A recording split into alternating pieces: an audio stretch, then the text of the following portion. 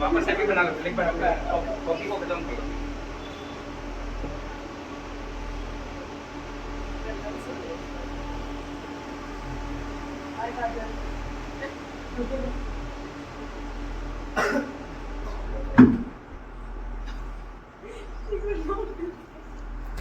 तो हाँ ऐसे मतलब यहाँ से हॉस्पिटल कितना दूर रहेगा?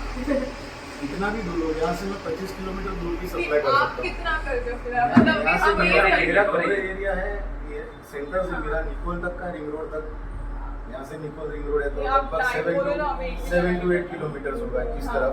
इस तरफ मान लो शाहीबाग मतलब अराउंड 10 किलोमीटर, इस तरफ वस्त्राल तक तो अराउंड 11-12 किलोमीटर रेडियस में हमारा सप्लाई तो रहेगा। ये जो 15 किलोमीटर का रेडियस, अब जैसे आपने ये एक रखा है, वैसे और कितने लोग रहेंगे ऐसे 15 किलोमीटर के रेडियस? अभी फिलहाल में यहाँ पे हाँ क्योंकि जो भी है वो वेस्टर्न साइड से सप्लाई करने आते हैं, ओके।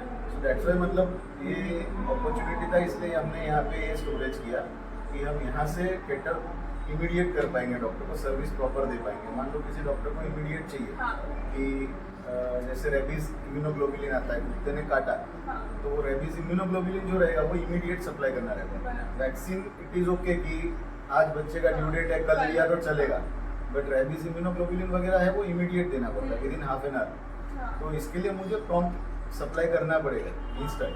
सो उसके लिए हमने मतलब इस तरफ रखा है कि क्योंकि किसी कुछ डॉक्टर है का नहीं। इमरजेंसी हम कैटर कर पाए, क्योंकि आज के ट्रैफिक में वहाँ से इधर आना, बंदे को स्पेसिफिक एक प्रोडक्ट के लिए वहाँ भेजना, तो वो कॉस्ट इन्वॉल्व काफ़ी होता है उसके अंदर। ये हॉस्पिटल स्टोर करके नहीं रखती है। हाँ, रेबीज इम्यूनोग्लोबुलिन वगैरह नहीं रखते क्योंकि वो रेयर केसेस में आता है, इतना फ्रिक्वेंट नहीं होता वो, इसलिए। प्रोडक्ट के डेली चलने वाला नहीं है, हाँ, समझो रिक्वायरमेंट के हिसाब से वगैरह DRT है वो कर देते रूटीन हैं। में यूज होता है, वो लोग स्टोर करते हैं।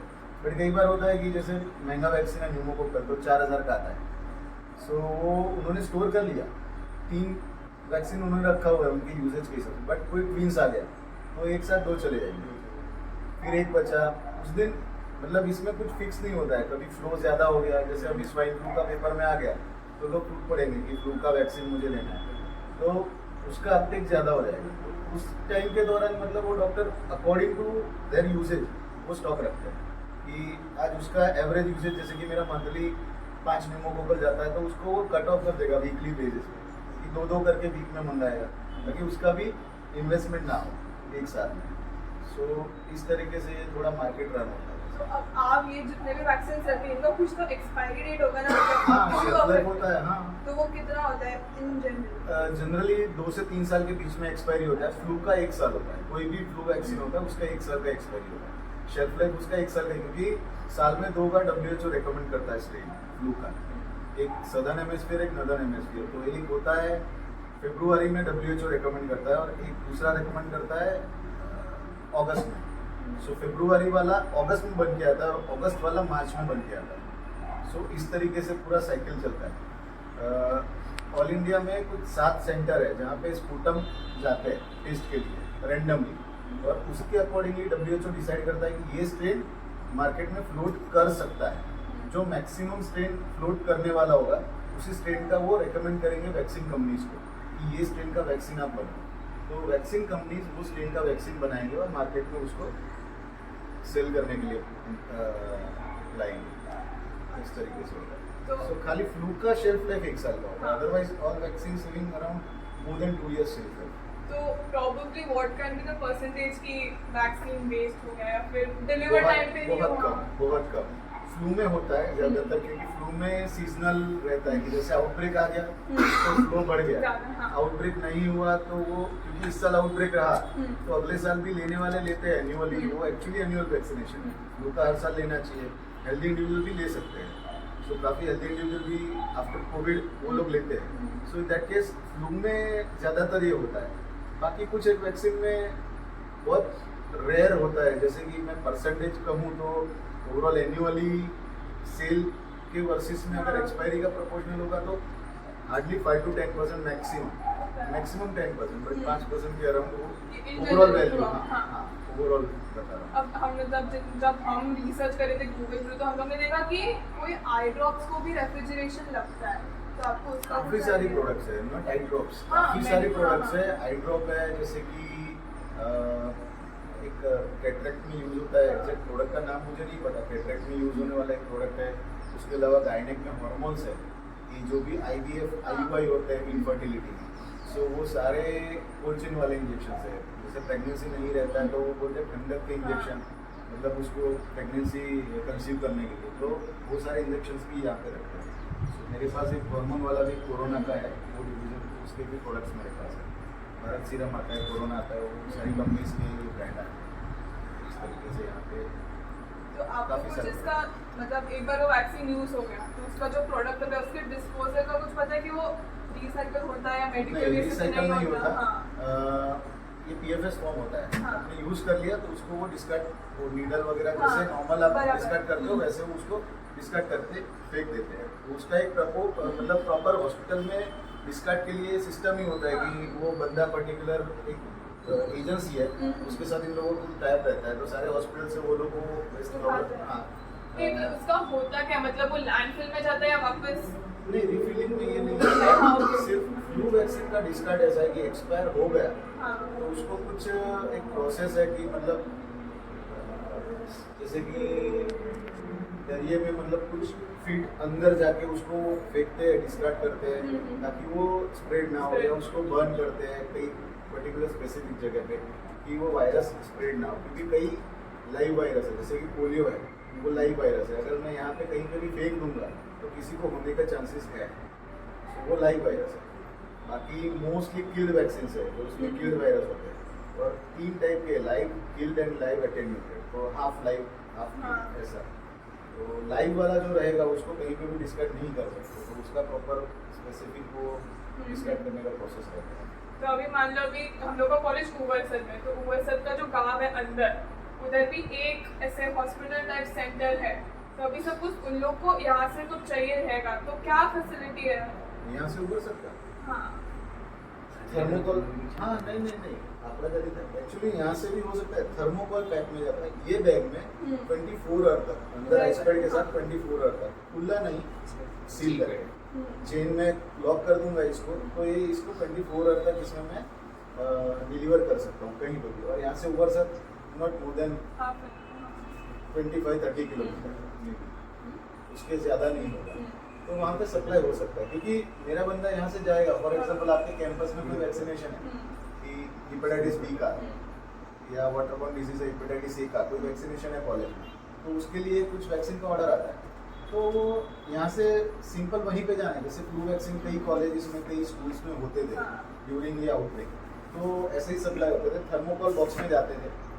डॉक्टर वहाँ पे विजिट में, क्योंकि वहाँ पे इन हाउस डॉक्टर नहीं रहेगा, सो बाहर से ही आप किसी को अपॉइंट करोगे कि भाई पर्टिकुलर एक दिन वैक्सीनेशन के लिए, वो भी हम लोग, मैं एक्चुअली पहले 10 साल सनोफी वैक्सीन में था मार्केटिंग में, सो उसके बाद में मैंने ये सेटअप किया, तो हमारा एक टाइप था थर्ड पार्टी के साथ, तो वहाँ से हम डॉक्टर भी अपॉइंट करते थे कि किसी स्कूल में वगैरह में वैक्सीनेशन करना है तो हम डॉक्टर भी वहाँ पे भेजते थे।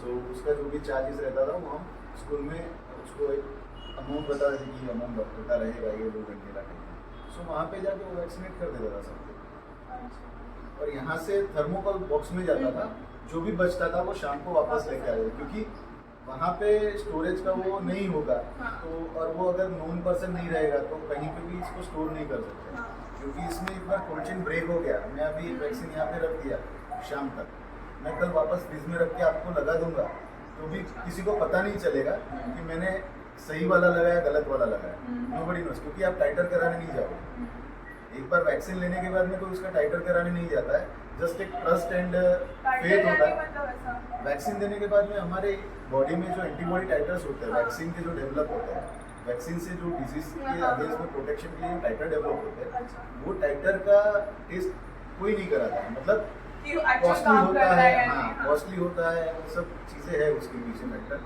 सो ये एक रीज़न है कि एक ट्रस्ट, और बोलते हैं ना कि एक इंसानियत के नाते मतलब वो ऐसा नहीं करते कि भाई हाँ रह गया तो उसको डिस्कार्ड ही कर देते हैं कि हाँ उसको फिर किसी और को नहीं देते।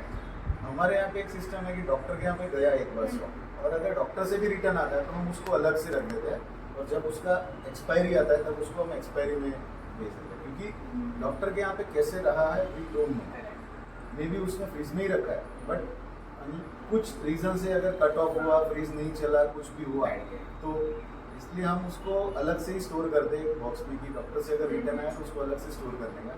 जब उसका शेल्फ लाइफ खत्म होगा, तो कंपनीज भी जब एक्सपायरी आती है तभी रिटर्न लेती है।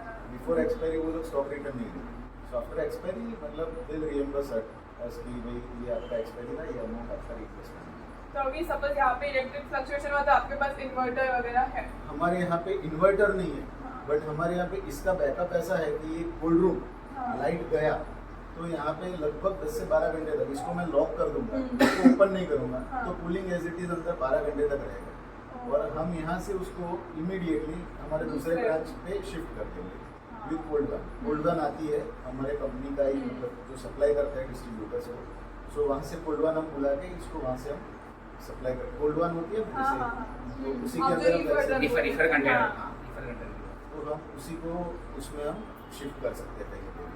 तो ये सेटअप क्योंकि- करने में आपको कोई लाइसेंस ऑब्टेन करना पड़ता है? नहीं, कोल्ड रूम सेटअप करने के लिए कोई लाइसेंस नहीं ऑब्टेन करना पड़ता, बट हाँ मैं ये फॉर्म चालू किया तो उसके लिए मुझे ड्रग लाइसेंस वगैरह लगता है, वो रहता है, बाकी not for the cold room. Like quality check या कुछ? नहीं, quality check नहीं।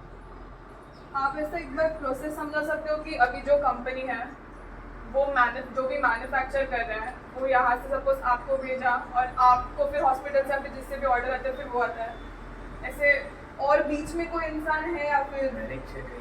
हाँ, या जैसे सप्लाई चेन क्या है?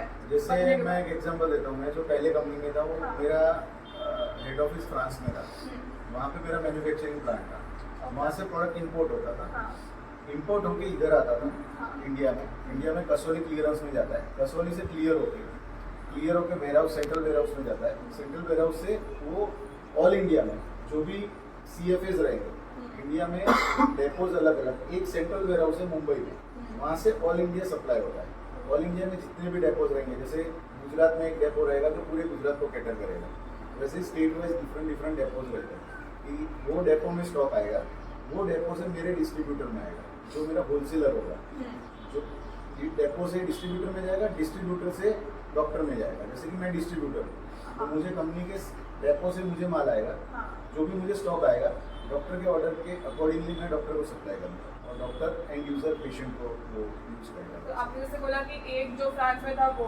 यहाँ पे आसपास कोई है इंडस्ट्री जो बना रहा है? नहीं, यहाँ पे वैक्सीन मैन्युफैक्चरिंग का इंडिया में वैक्सीन या स्पेसिफिक फिर नहीं। इन जनरल मेडिसिन जिसको ऐसा सेटअप लगता है, रेफ्रिजरेशन, कूलिंग।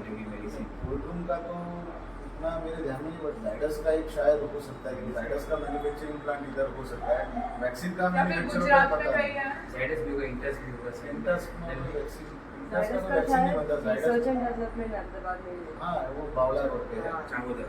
हाँ, केडिला में भी है वैक्सीन का, मेरे बड़े भाई मैन्युफैक्चरिंग नहीं है केडिला में, बट उनका भी तो कोचिंग वाला प्रोडक्ट का आइडिया नहीं मुझे, ऐसा हमारा बात नहीं है।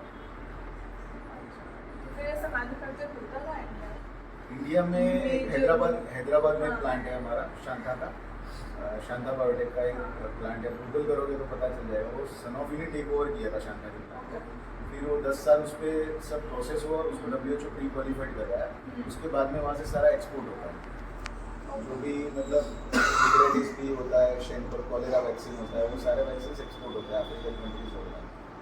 सो उस तरीके से हैदराबाद में एक मैन्युफैक्चरिंग प्लांट है हमारा, बाकी दूसरे का एग्जैक्ट मुझे आइडिया नहीं यहाँ कहाँ पे है। और कुछ जैसे हमें पता होना चाहिए सप्लाई चेन के बारे में, क्योंकि हमें पूरा स्टडी करना है, या फिर हम और किससे बात कर सकते हैं इसके बारे में? मतलब हॉस्पिटल्स में गए तो कुछ help उन्होंने आइडिया दिया आपसे, सबसे ज्यादा नॉलेज तो इनके पास जो मिलेगा उससे ज्यादा किसी के पास नहीं, नहीं ऐसा मिलेगा। कोई एसिडिस प्रॉब्लम नहीं है। कूलिंग मतलब कोल्ड चेन आपको प्रॉपर मेंटेन, मैंने जो बोला ना भाई कि ये सारी चीज़ें एक्चुअली ट्रस्ट पे है कि मैंने कोल्ड चेन कैसे मैं बाहर रख दिया, फिर वापस मैंने ठंडा करके डॉक्टर को दिया, तो डॉक्टर को भी पता नहीं चलेगा कि ये गर्म हो गया था, कोल्ड चेन ब्रेक हो गया था, क्या था।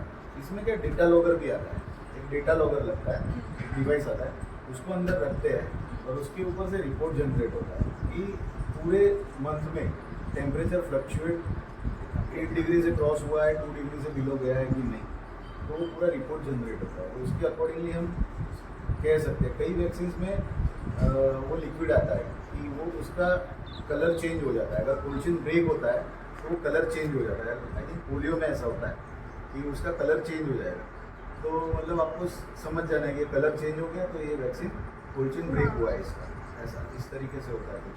तो पोलियो वैक्सीन में होता है, वो ओरल वैक्सीन है। अच्छा, तो बाकी आप किसी- ऐसे बोल सकते हैं कि आप यहाँ से कौन से हॉस्पिटल्स में apply किए? ऐसा तो कुछ स्पेसिफिक नहीं है, अभी अच्छा, जैसे हमारा ऐसा 1 कुछ- महीना ही हुआ है हाँ। स्टार्ट किए, बाकी हमारा पहले से इतना नहीं था। अभी 1 महीने से हमने यहाँ पे सेटअप तो 6 हाँ। महीने से हो गया, बट एक्चुअली लाइसेंस वगैरह हाँ। लेकर स्टार्टअप अभी 1 महीने से शिफ्ट चल रहा है। तो मैक्सिमम हॉस्पिटल्स में यहाँ से सप्लाई होता है नियर बाई, जो भी पीडियाट्रिशियंस है हाँ, उनके यहाँ पे ये सारा पीडियाट्रिक वैक्सीन चल रहा है। सो वैसे किसी का आता है फोन कि भाई हाँ। वैक्सीन चाहिए, तो उसको ये टाइम के अकॉर्डिंगली, जैसे 2-3 आ गए तो शाम को एडजस्ट करके एक ही बारी में लाइन में क्लियर करके फिर उसको इसी सब चलता है।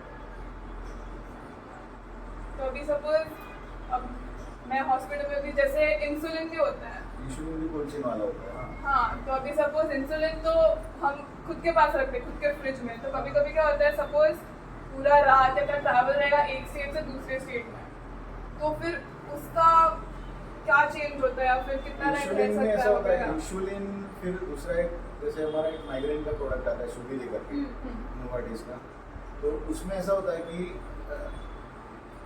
उसका लीफलेट के अंदर मेंशन होता है कि up to 15 days room temperature पे भी वो प्रोडक्ट एज इट इज रहेगा। Okay. अगर गलती से मेरे टेबल पे रह गया तो भी अप टू 15 डेज वो रूम टेम्परेचर पे वो प्रोडक्ट एज इट इज रहेगा, उसके एफिकेसी में कोई फर्क नहीं पड़ेगा, ऐसा होगा। तो वैसा इंसुलिन को भी इंसुलिन को भी मेक भी होता होगा, और इंसुलिन का मुझे इतना वो नॉलेज नहीं है, डायबिटिक का तो हाँ। मैंने कुछ वो हम बस पूछ रहे क्योंकि हमने ये सब पढ़ा था कि इसको सब नहीं लगता होता है है। रेफ्रिजरेशन। मेरे मम्मी के लिए मैं लाता था ह्यूमन हाँ। मिक्सड इंसुलिन, सो मैं वो थर्मोकोल बैग या ऐसे बैग में कैरी करके कभी ट्रैवल करना रहता तो ऐसे बैग में या थर्मोकोल में कैरी करके जाता था साथ में। और ये जहाँ पे एक भी बैग में अगर पूरा भरना रहेगा तो कितना भरता है? इसमें हाँ, डिपेंड करता है, बैग्स अलग अलग साइज अच्छा, के, ये हाँ, 3 है, पीछे भी बड़े, इतने बड़े जंबो हाँ। बैग्स भी पड़े हैं, कि डिपेंड ऑन सप्लाई। कैसा रिक्वायरमेंट है उसके अकॉर्डिंग वो डिस्पेच करेंगे, डेट सिलेक्ट करेंगे। कूलेंट एक फिक्स है, नीचे कूलेंट रहेगा, हाँ, 4 बाकी तरफ हाँ। रहेगा, ऊपर 1-2 कूलेंट रहेंगे, बराबर। ऐसे मतलब 6 से 8 कूलेंट एक बैग में रहेंगे पैक में। उसके बीच में फिर जितने वैक्सीन आएंगे उतने, फिर अगर लगता है कि ज़्यादा वैक्सीन है तो बैग उस हिसाब से। और एक चीज है कि ये एक मेथड है, दूसरा मेथड यूजुअली मैंने देखा है कि सॉल्ट और आइस भी रहता है। ड्राई आइस रहता है, हाँ। बट वो तो efficient तो यही है। कुरियर एफिशिएंट ये है। हाँ। कुरियर प्रोस्पेक्टिव कई लोग यूज करते हैं ड्राई आइस का, कि थर्मोकोल में वो ड्राई हाँ, आइस डाल के बराबर, हाँ। उसको कुरियर में थर्मोकोल ही यूज होता है। कि जैसे मुझे यहाँ से मान लो कि कहीं बावला या धोलका कहीं पे 50-60 किलोमीटर में पर्सनली डिलीवरी नहीं करवा रहा, हाँ। मैं कुरियर किया। कई डॉक्टर्स हैं इंटीरियर में, जैसे महसाना होता है तो वो कुरियर में जाता है इसका, तो वो लगभग 36 to 48 आवर्स तक थर्मोकोल में रहता है। तो थर्मोकोल में एक बार पैक हो जाएगा ना, अंदर एयर नहीं जा सकता क्योंकि टेप से पैक हो जाएगा। हाँ।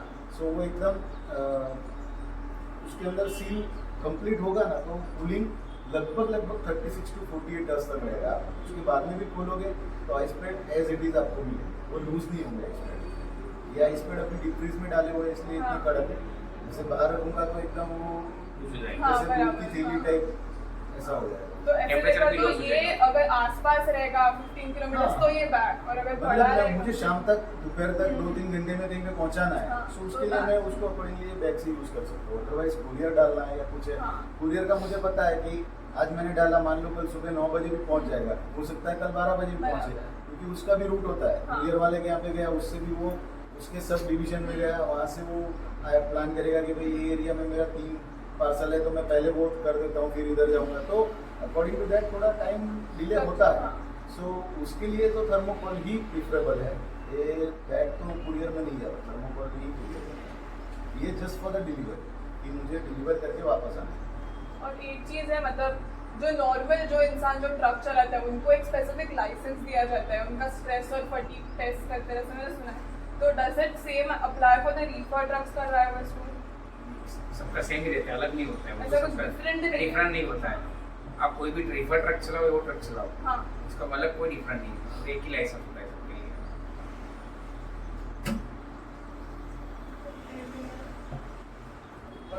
कौन से कॉलेज से? कर्नावती, यूआईटी, गांधी नगर हाँ, कुंवर सर। सेक्टर वो मैश में अभी मेरे फ्रेंड है वो अभी लगी है वहाँ पे इधर कन्नावर